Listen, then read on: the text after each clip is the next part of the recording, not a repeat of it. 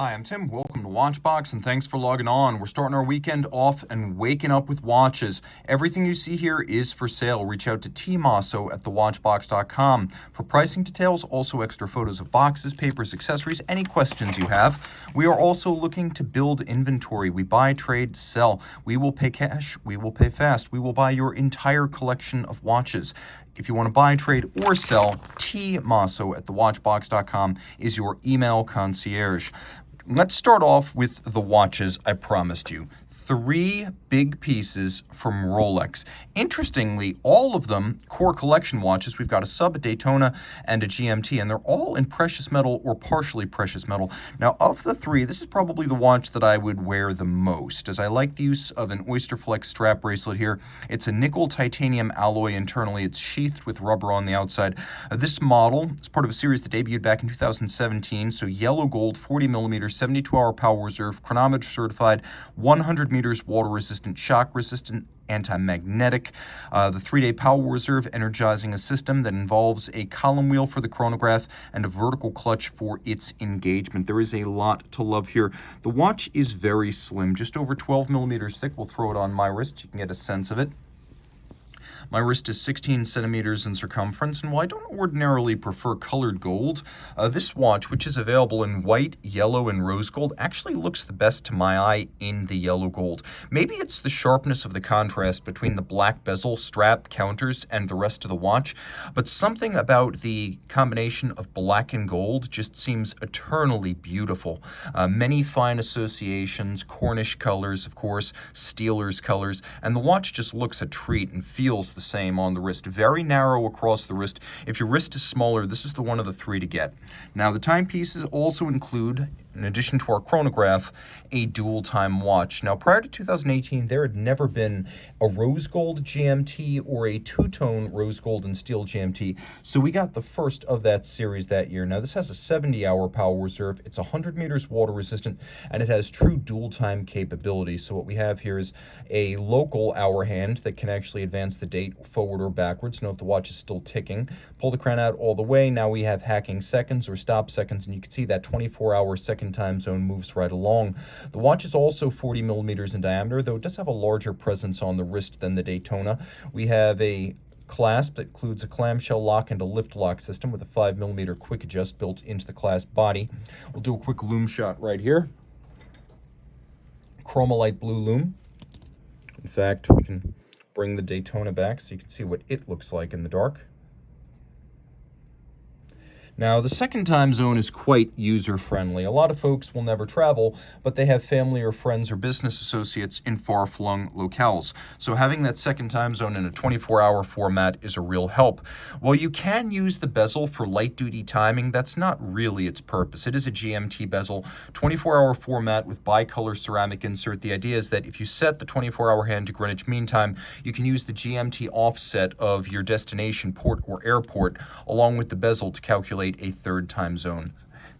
Okay, now this is probably the Rolex among Rolex watches. I like to talk about the big 3, but if there were really just a big one, it would be this, the Rolex Submariner. If Rolex is the world's best-known watch brand, then this is probably the world's best-known watch, period. Now, what you see here is the 2021 launch in white gold. So this watch features the ceramic blue bezel insert, black lacquered dial, and it's 41 millimeters, or at least nominally 41 millimeters in white gold. It doesn't feel any larger than the previous model, and in fact, I've measured that its thickness and its lug-to-lug dimension are exactly the same. So if you measure the diameter or the end-link to end-link distance, you're only going to get a measurement that's 0.7 of a millimeter larger than the old watch. So really, if you could wear the old one, you can wear the new one. It's pretty thin for a dive watch, and I have to say, in spite of increasing the power reserve from 48 to 70 hours, they have not increased the thickness at all. It's still 300 meters, water resistant, all in gold. It's very solid. It's a stealthy kind of wealth. As you can see, it looks like steel, but you'll feel the difference on the wrist. Now, a big difference between this and the other two is the quality of the clasp you get, because this is a dive watch. It uses the Glidelock system. So we have 20 millimeter of adjustments in 2 millimeter increments. The idea here is you can use it for fine sizing, but you can also pull it all the way out for use over a diving suit. And of course, this being one of the professional models, it features the double lock with the lift lock system and then the clamshell. We'll do a lume shot here so you can see the Sub by night. All three of these watches are chromolite blue lume. What sets this one apart is you do have that bezel pearl, which you can use alongside the minute hand as a timing instrument, and I really do prefer to have a bezel as my timing instrument, because with a chronograph it's just more difficult to read minutes elapsed. This is very intuitive, and it doesn't have the downstream service costs that you get with a chronograph. Now, Rolex is an established power in Geneva watchmaking, but a rising power for the last 2 decades has been Francois-Paul Journe. Now, his reputation in the watch industry precedes the creation of his own brand back in 1999, but under his own name, he's gone from a person of note within the industry to a household name amongst watch collectors. Now, this is the watch that won the GPHG Aiguille d'Or, or the best watch of the year at the Oscars of watchmaking in 2004. This is the Tourbillon Souverain, but this is the most exclusive version, black label. It's like the AMG to Mercedes. It's the AMG of FP Journe. Now, the combination of the black dial and the platinum case is exclusive to Black Label, which in turn is exclusive to FP Journe boutiques and then only to FP Journe factory stores and customers who have previously purchased new Journe watches. So it's not enough to walk into the boutique. This must not be your first Journe watch. You need to be a prior buyer to be cleared to buy one of these. Now, the watch includes a deadbeat second system. Once you get it into its top 28 hours of power reserve. So you'll see the deadbeat second system is actually tied to a constant force device underneath. So for the first 28 of the 42 hours of power reserve, you get constant force, constant balance amplitude, and thus outstandingly accurate timing, precision in that it's very consistent, and constant balance amplitude. We have a 1-minute tourbillon with a rounded black polished half bridge, and then the entire wire style filigree cage is itself black polished. It's a 21/6 beat rate, free sprung, 6-position adjusted, uses an overcoil hairspring, which is a refinement you don't find in most Journe watches. Now, on the reverse side, you can see this platinum watch features a solid gold movement, and this little spring right here, along with the black polished underlying mechanism, that is a constant force device. So for the first 28 hours of power reserve, the barrel does not directly drive the escapement. So the watch can keep excellent time provided you wind it at the same time every day. It is 40 millimeters in diameter, and with a rose gold movement and a platinum case, it's actually quite hefty on the wrist. The watch is low, it's flat. One of Journe's hallmarks is that he creates very sophisticated watches that are very thin. Now, taking a quick look at the case back one more time, you can see that this is a bit of a rarity. Black Label was created in 2008, which was the same year these French-made Eleanor cases were phased out. So when you see the French hallmarks and the Eleanor maker's mark, which we have right here, you know you're looking at one of the Eleanor cases, which were the cases Journe used from the 1980s in his first pocket watches through 2008 when he bought the company and moved it from France to Geneva. Now, here you can see the Swiss precious metal hallmark, and here you can see the double stamp of France as well as the diamond-shaped Eleanor maker's mark. You have both hallmarks and the maker's mark on these Eleanor-made cases. So it's something I like to look for. Very rare, again, because those were phased out in 2008 and Black Label was introduced in 2008. It's uncommon to see both on one watch. Jump into another Black Label. This, I would say, these, if you're going to own just 2 FP Journe watches, a Black Label Tourbillon Souverain and a Black Label Chronometer en Resonance are the ones to buy.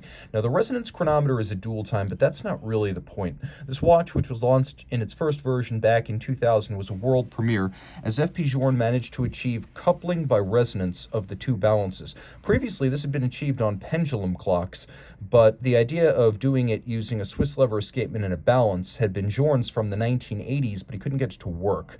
In 2000, he finally got it to work. So these 2 balances will synchronize to each other. They beat in opposition. There's no mechanical coupling between them. It's parasitic emanations, vibration and friction that radiate out from the escapements and the balances, and that's actually what couples them together. So they stay coupled to within 5 seconds of each other per day, and if one errors, the other one, because it beats in opposition, will automatically correct it if for whatever reason position or shock or concussion change the timing of the watch. Now, here are the bridges. End plates are rose gold. You can see there's a little pinion at the center with a black polished rack. That's how the distance between them is adjusted. And you can see there are 2 barrels, 2 drivetrains, 2 levers. Truly, these are 2 separate movements, and this too is an Eleanor case. It's the same size as the other one, 40 millimeters in diameter, and it wears nicely. All right.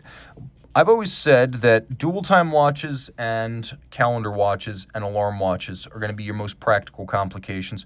Well, Vacheron has yet to work with an alarm complication, but he has issued one of the world's finest and most intuitive perpetual calendars. This is the Vacheron Perpetual Calendar of the latest generation, 40 millimeters, black label once again. The Constantine Perpetual, a timepiece that includes a unique setting system, as you could set everything using the crown with one exception. There is the display of the month, which you adjust using a little pusher that hides flush underneath the lug at 1 o'clock when you don't need it. So the idea is that there are no little pusher adjuster dimples marring the case lines, and you don't get tempted to use a pen to set the watch when you don't have the pusher tool handy. Now, it is a perpetual calendar, which means you don't need to adjust it. Irregular length months, leap years, not a problem. And as you can see, there are several different layers. This is the Clover style dial that has this little black polished steel bezel framing the inner dial. You can also see that the watch has a 120-hour indicated power reserve, though in fact this movement, the Octacaliber 1300 in its latest revision, this will actually run for 160 hours before it stops, strictly speaking. It's adjusted in 5 positions like a chronometer. It's free sprung. It has a very large high inertia balance. And you can see bridges plates are 18 karat rose gold, and then there's a guilloche grand dorge cut or barleycorn cut for the 22 karat winding rotor.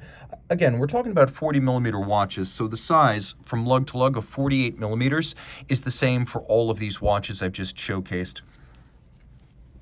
If you want the most animated Vacheron watch, however, you want the Chronograph Souverain. Now, this watch won the GPHG Aiguille d'Or back in 2007. So it was, like several Journe watches during the 2000s, the recipient of the Best Watch Award. And of course, this timepiece offers a lot of theater. You have a 1-second foudroyant that can stop at any one of 100 stops. So centograph, 1/100th of a second. You have a 20-second display, and you have a 10-minute display. And there are 3 tachymeters, so you can gauge the speed of objects traveling between 6 kilometers per hour and 36,000 kilometers per hour. You have a patented rocker system. It looks like a mono pusher, but you can actually stop it and restart it like you can with a twin pusher. Resetting it is a wonderful little piece of theater. Wind the watch up, by the way, again, black label, lovely strap. This one, as you can see, an Vacheron factory strap, gator on both sides.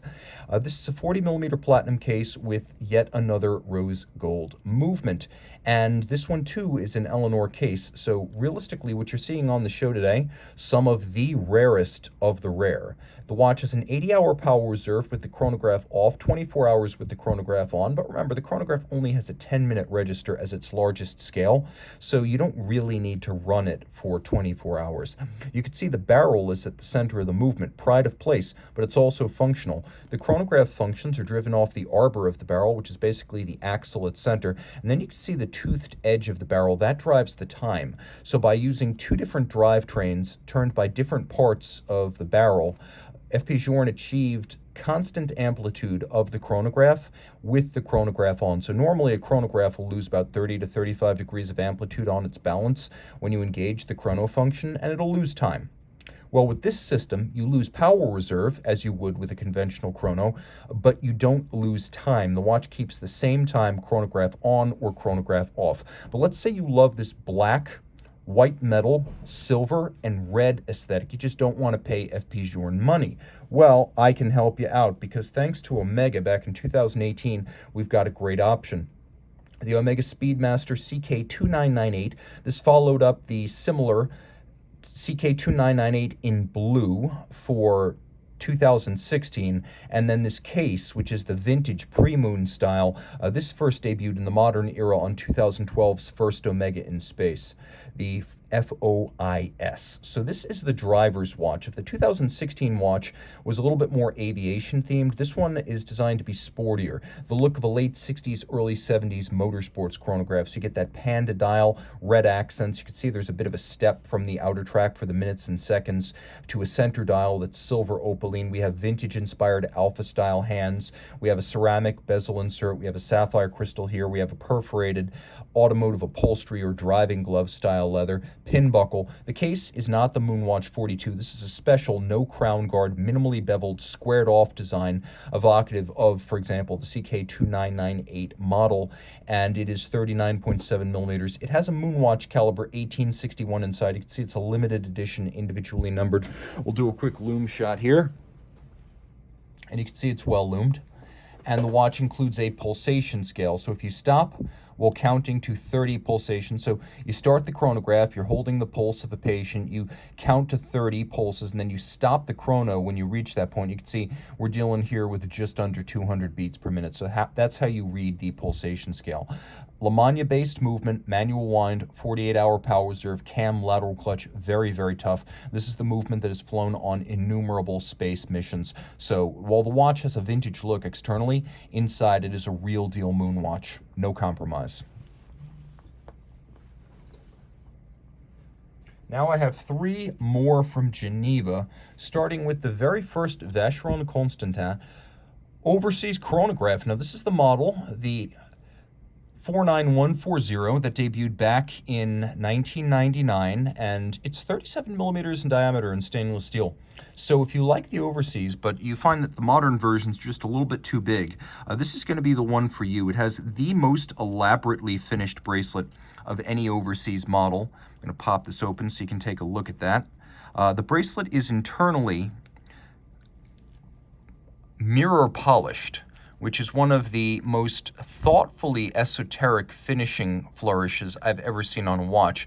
You can also see that the bracelet itself features little dips and swells, as there are two channels that flank these center links. There are a lot of nuances to the polishing and satination. You can see from the beginning all removable links were fixed by screws. The case, being about 37 millimeters in diameter, is a lot easier to wear than the subsequent models. It has the same movement as most historic Royal Oak chronographs, as well as the second generation overseas. Now, some are going to measure this 40, some are going to measure it 37. Both measurements are, in my opinion, valid. It really just depends on where you start. If you're measuring it broadly, diagonally, you're going to get a bigger measurement. If you measure it without crowns and guards, you're going to get a smaller measurement. It's only 12.6 millimeters thick, and it does have the double-digit date that we lost with the third generation chrono, and a lot of people like that. Just at a glance, you can tell it apart from the second generation chrono because it has a symmetrical dial. It doesn't have the big eye minutes register at 3 o'clock. Now, you can see this watch is a sports watch. It's 150 meters water resistant, automatic winding, stainless steel, and very, very well loomed. There's a lot of handsome detail on the case and bezel. It doesn't have the plinth underneath the dial, or underneath the bezel, I should say, that a lot of folks regret on the third generation watch. And you can see right from the beginning, the bracelet fixed to the case using screws and bars. That's the right way to assemble a watch. It's more expensive, but it's also more durable. You see the image of the Italian naval training vessel, Amerigo Vespucci, on the case back. Note on the case back, we have concentric satination, we have radial satination, we have this chiseled frosting representing the sky behind the vessel, and then the vessel, the logo, and the waves are all polished in relief, so it's very elaborately finished.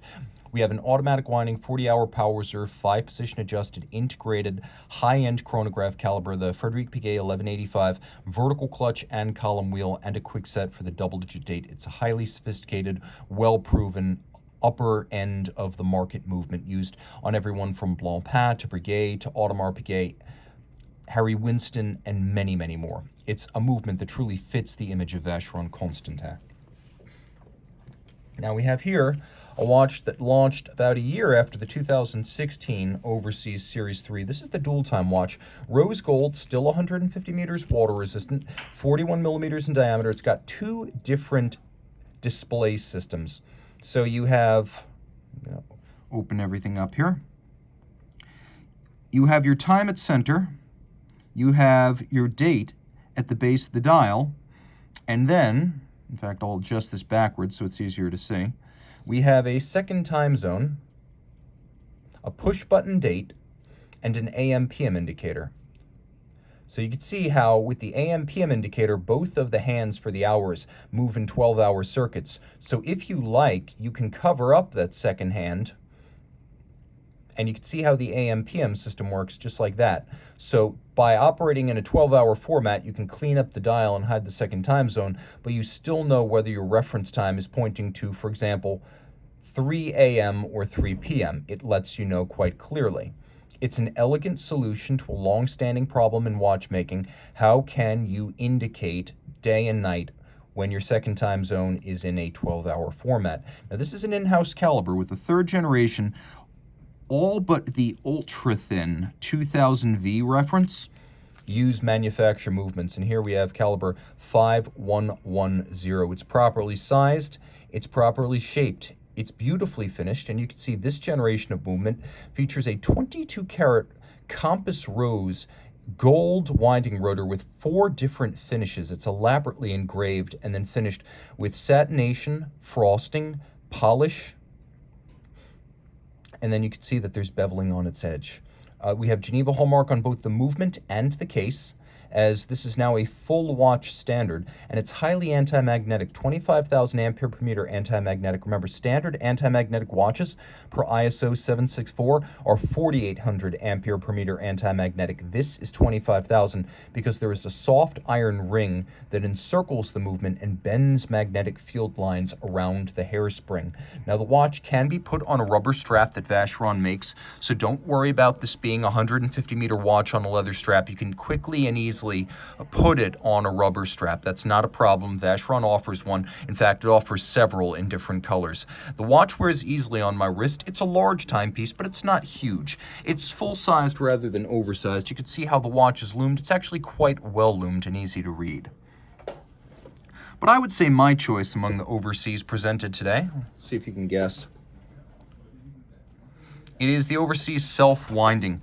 I think that the Chronograph was probably the definitive Generation 2 overseas, but for Generation 3, it's either the dual time or it's this watch right here. This is the closest thing Vacheron has to a 5711 or a 16202, the core model in the collection. There's a lot to love.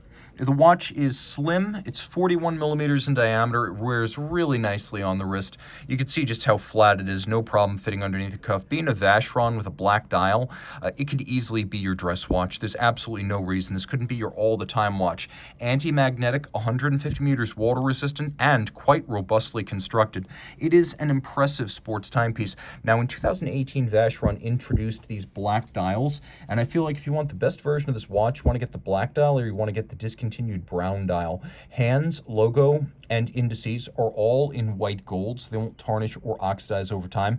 The black lacquer is wonderfully glossy, gleaming. We have a screw-down crown here. We'll turn it over. You can see the movement here. We have caliber 5100, which has a 60-hour power reserve. It is Geneva hallmark. We've got a wonderful bracelet. Well, not as elaborately finished as the Generation 1. It is more elaborately engineered. You can see we have this system that allows you to remove the bracelet or the strap from the case just by pulling a tab. Now, the watch comes with 2 straps in black, one in black alligator leather, one in black rubber. So you get 3 different bands when you buy this watch. Now, if you look carefully, you can see every single link on both sides of the bracelet removable, which allows you to finely size it. You can also see that there is a hidden micro adjust built in each side of the clasp. So you can see, pull it out, 1.5 millimeters, push it in just like that, and I get that functionality on both sides. So I have a lot of adjustability built into this clasp.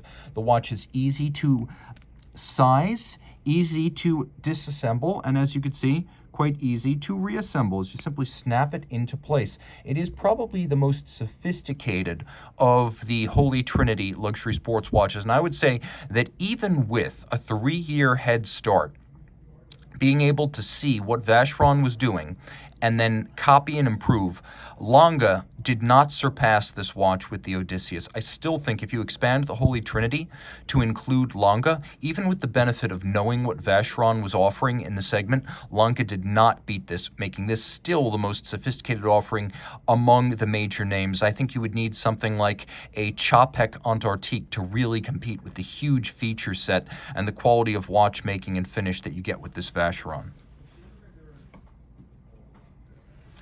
Now, this is probably the only time you will see this watch, but it is 43 millimeters across and about 50 millimeters from lug to lug. This is the Daniel Roth Papillon Chronograph. Now, it too is powered by a Frédéric Piguet 1185. I talked about that watch with the Vacheron a moment ago, or that movement, I should say. Here you can actually see what an 1185 looks like. You can see it's nicely finished. Attention has been paid to perlage, anglage, black polish. You will appreciate that it is a column wheel chrono with vertical clutch, and you can see the column wheel. It's also adjusted to 5 positions like a chronometer. Now, the proprietary module sits on top. So Daniel Roth builds the chronograph module with the jump hour and possibly the most inventive minutes display I've seen on a watch in some time. So I'm going to adjust the time, and you can see there is a jump hour. That much is conventional. There is a rotating index, a little bit like 2/3 of a star wheel display, and it displays the current minutes. You have a jump hour, and then you have flanking chronograph hours and chronograph minutes, and it is just a lot of fun to play with this watch. It is beautifully made. We have a hobnail engine turning, inboard of silver satin metal, just south of lovely deeply ridged and luminous Côte de Genève, and you can see that they continue at the bottom of the dials. There's a lot of detail here, including black polishing of locating posts and screws that are located on the dial. It is just an impressive watch in every regard, from an important early name in independent watchmaking. Now, of course, Daniel Roth watches were made into the 2000s and early 2010s under new owner Bulgari, but the name itself has been phased out, and a lot of folks still consider Daniel Roth watches from the 2000s and the 90s to be important to independent horology, whether Daniel was actually at the company at the time or not. This is the design that he originally coined, the Ellipso Curvex case, and you can see why it's so named. It has a little bit of a curvature from top to bottom as you move from the center of the bezel outward. You can see how it slopes and then it droops, bending organically and dipping at the ends. We also have that ellipsoid shape. It's a very sophisticated case design, and one that you can immediately recognize even with the brand name covered. So this is a very impressive and special watch, and it comes with a matching double fold twin trigger release deploying clasp that is very solid and impressively polished in its entirety.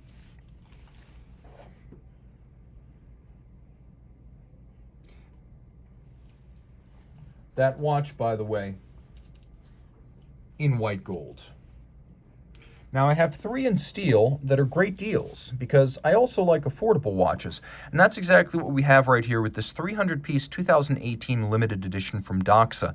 This is the Doxa Sub 300 limited edition. Is the Aqualung collaborative edition. So you can see U.S. Divers Aqualung logo on the Sea Rambler dial, and Sea Rambler is Doxa code for a silver dial. This watch is 42.5 millimeters with a tonneau shape, evocative of the watches they made in the late 60s. And in fact, they call these the 1967 style hands. Now we have a unidirectional rotating dive bezel that can be used for timing, yes, but it also has a decompression scale, so you know how long to stop at each of the increments as you ascend from a particularly deep dive to prevent getting the bends from nitrogen accumulation in the blood. So you have that decompression scale, so you know how long to spend at each depth as you rise from any given depth. The watch is 300 meters water resistant. As you can see, it features the Doxa logo on the reverse side. U.S. Divers is mentioned on the case back as well. And inside it has an honest but high-grade 28242. So it's a 28242 automatic winding, quick set date, hacking seconds, 38-hour power reserve. A very tough movement, but it's in the highest available grade. This one is a COSC certified Swiss chronometer, which is not something you often see on Doxa watches. Now, the watch also includes a fold-out dive extension as well as several divots in the clasp, so you can change the anchoring point of the bracelet.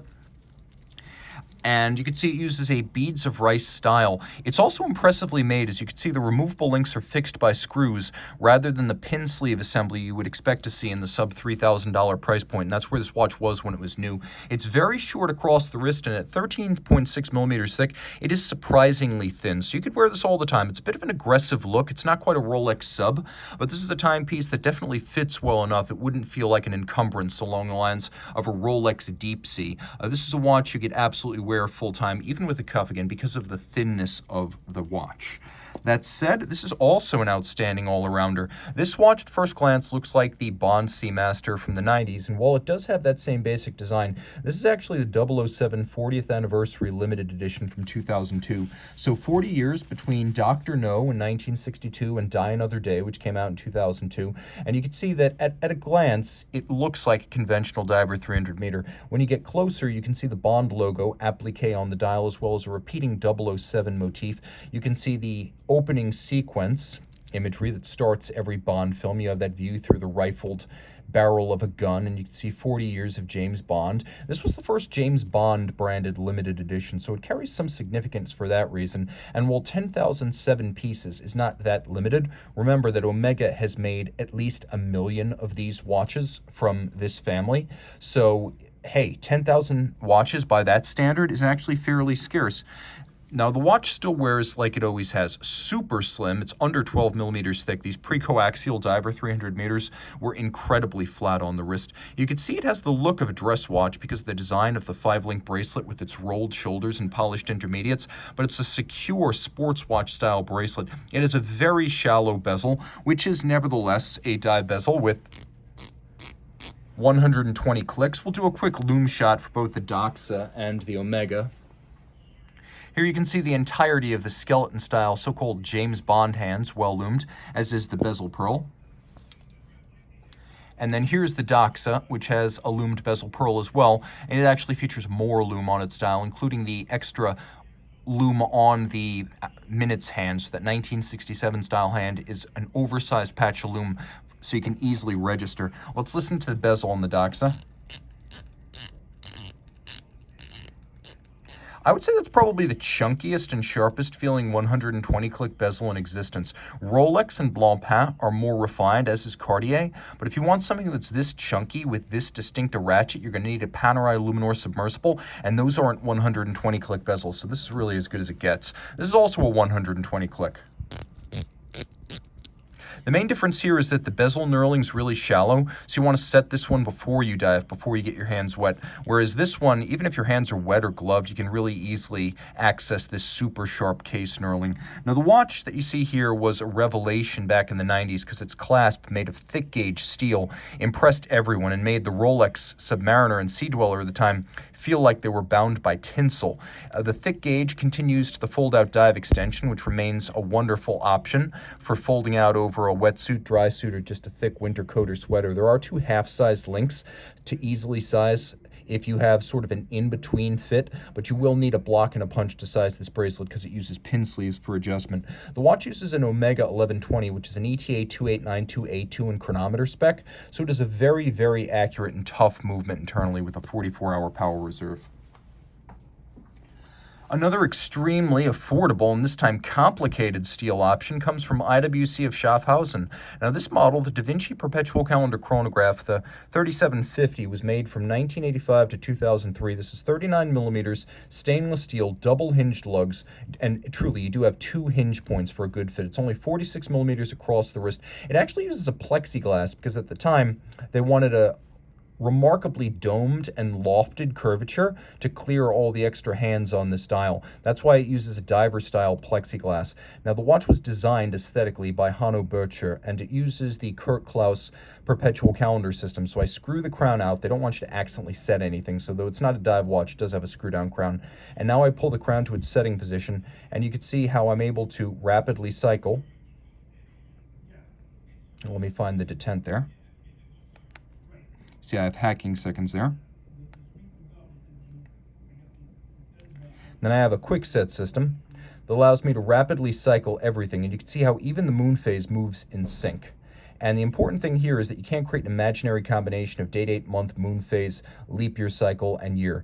It is mechanically programmed through the year 2100. So if you can set a date just, you can set this. And yes, it will move the year and the decade, that you have to manually change the century when the watch goes back to the watchmaker. A couple of nice little details here. We have a watch that actually does include loom, in spite of being a dressy style.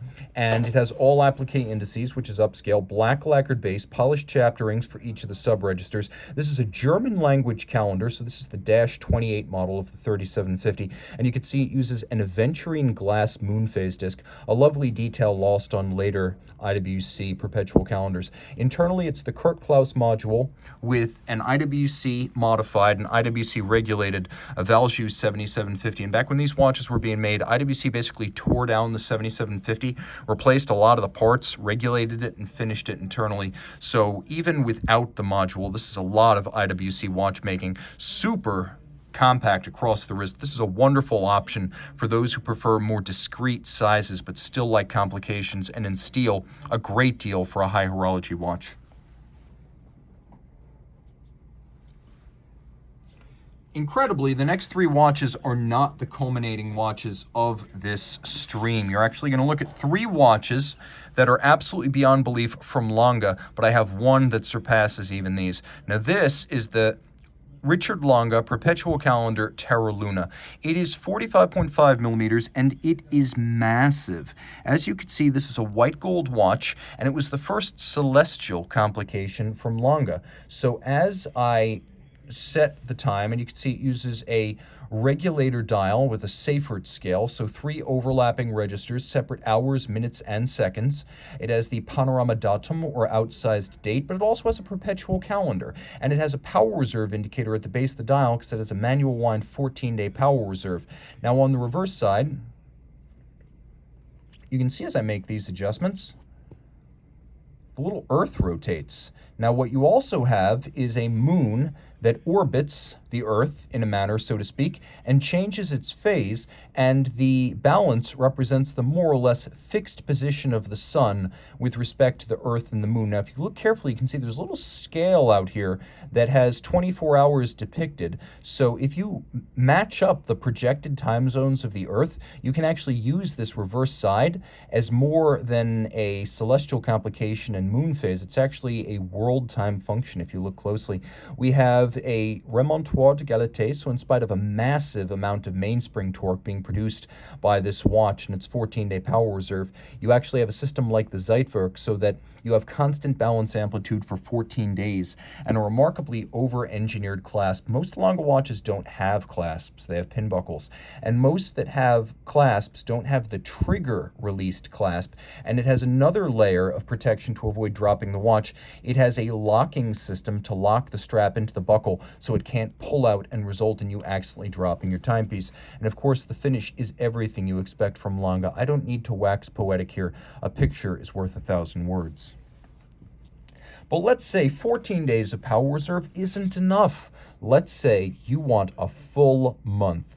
Well, this is the month movement. It is the Longa 31, technically part of the Saxonia family. This watch is just over 46 millimeters in diameter as my calipers measure it. You could see it is in platinum, like a platinum hockey puck or ingot on your wrist. It has a solid sterling silver dial with white gold appliques and hands inside the platinum case. A power reserve, good for a month. It has two 25-millimeter diameter stacked mainspring barrels, and these mainsprings actually measure out to multiple meters when they're stretched out. Here, too, we have a constant force system because this much mainspring torque would flat out break the escapement. Now, what's special about this watch is that it comes with a ratcheting precious metal key. You insert the key into the case back, and like a vintage pocket watch, you wind the watch using a key. It does have all the features you expect of a Longa, but it also has more. There is no other Longa that features key winding. We also have that over-engineered clasp that you saw just a moment ago, but here it is in platinum. And it's actually interesting to look at platinum right next to white gold. And I've often talked about white gold being a warmer color than platinum. This Longa uses real white gold, not the rhodium-plated stuff. So you can see the difference. You can see how white gold really is darker and platinum really is ultra white. It's almost like this has a little bit of a yellow warmth to it, and this is just blindingly silver. Of course, you are not being shorted any fine finish. As you can see, the bevel on the edge of this 3/4 bridge is beautifully rounded, and so too is the beveling on the edge of the mainspring barrel, which features solarization on its top and beveling on its edge. Nothing here is overlooked.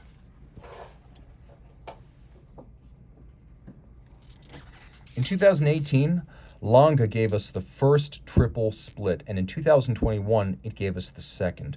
This is a 100-piece limited edition, 43.2 millimeters in rose gold. Really, it's red gold. Judging by the color, this must be 5N with a high copper content.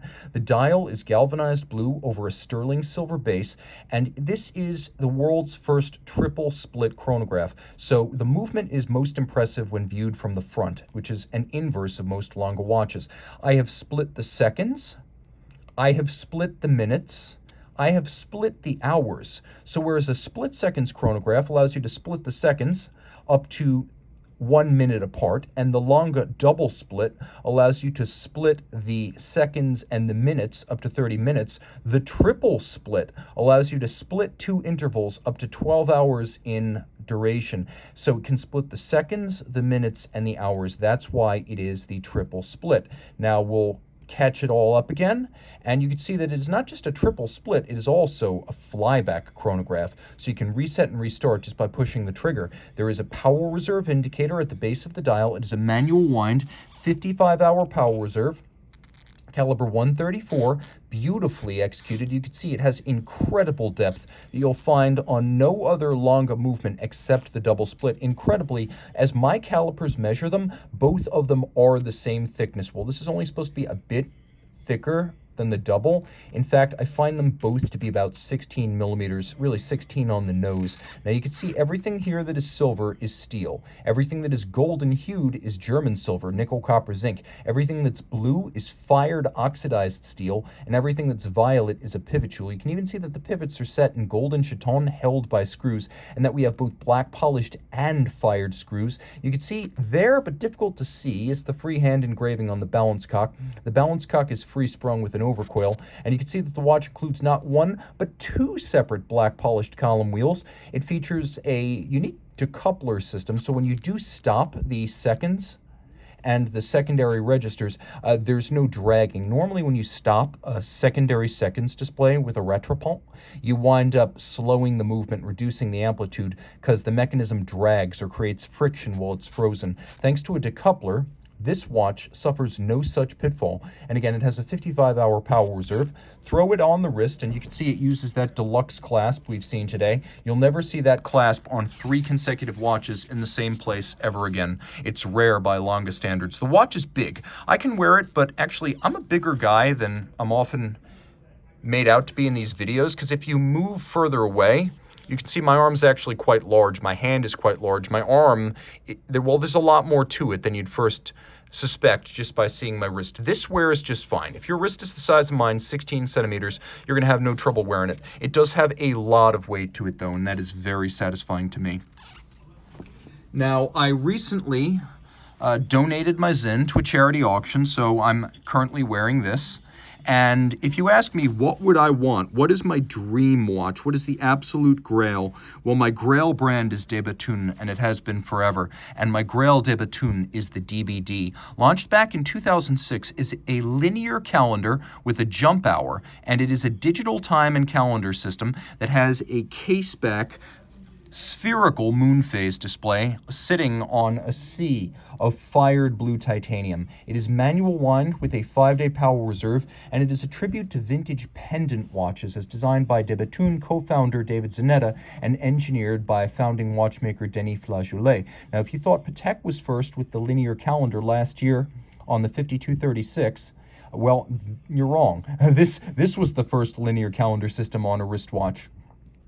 Now, this watch is an absolute masterpiece. In rose gold, I have to say it's a little bit warmer and more approachable than when it is in a white metal such as platinum. Now, I would prefer mine in platinum or white gold. Rose gold isn't really me, but I know a lot of folks who prefer rose gold over white gold. They think white gold is stodgy, it's for old men, and rose gold is the choice of younger men. The nice thing about this watch is it's only about 47 millimeters from end to end across the wrist, so you don't need a big wrist to wear it. This thing is an absolute dreamboat. As you can see, it's comfortable on my wrist, and it even sits low enough to fit underneath the cuff. It is not that thick considering what sits inside. The moon phase, by the way, guys, it is accurate to 1,112 years. So a little bit more than a millennium, and you're going to have to reset the watch. Now you can see there's several different constellations on the case back. This would be my choice. You can see it has a lovely system of Côte de Béthune on the dial side, and the linear system for the calendar. I'll demonstrate how this works right here, but it is a jump hour with scrolling minutes, and you can see, watch the calendar here. The calendar jumps just like that. This is as good as it gets. This is the tmosso Grail watch. I used to think it was the DB28 Digital, but I found out that was too big for me. Then I thought the DB27 Polo, another jump hour, but I found out that was a prototype that was never produced. If you want to know what my favorite watch in the world is, it is the 2006 DB Digital, the DBD that you see right here. Guys, let me know what you think in the comments below. What is your Grail watch, and what is your Grail watch from today's show? Reach out to me for purchase and pricing details. Time out, Tim out, and thanks for logging on.